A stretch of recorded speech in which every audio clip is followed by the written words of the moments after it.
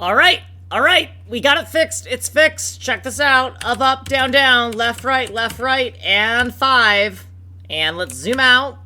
And this is what I expect. And we can verify that by just going back to shader 5 and then back to shader 7.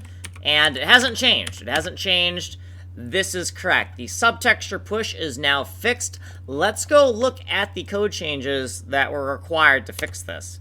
So in the GPU sync section, within this GPU sync function that takes the bounds, the inclusive bounds of the dirty section of the master memory, Pix2048, the dirty inclusive rectangle for Pix2048. What part of Pix2048 do we want to re-upload from the CPU side texture to the GPU side texture?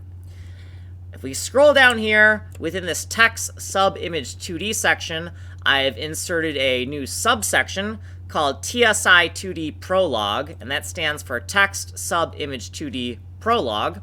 And we've just done this, these 3 lines of code.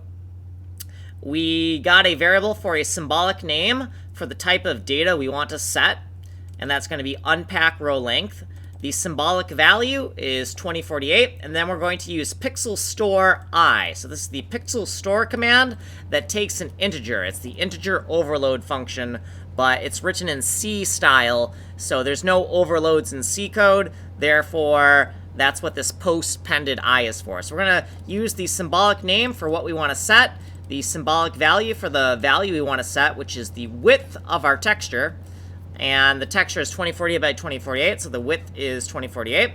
And once we do this, before we do this subtexture image call, then everything works, right? This command, everything about this command was correct. It was just that we needed this precondition to fire off first. So we're done. We fixed it. Here's what we did previously. Here's our footnotes, and here's what we did in this video.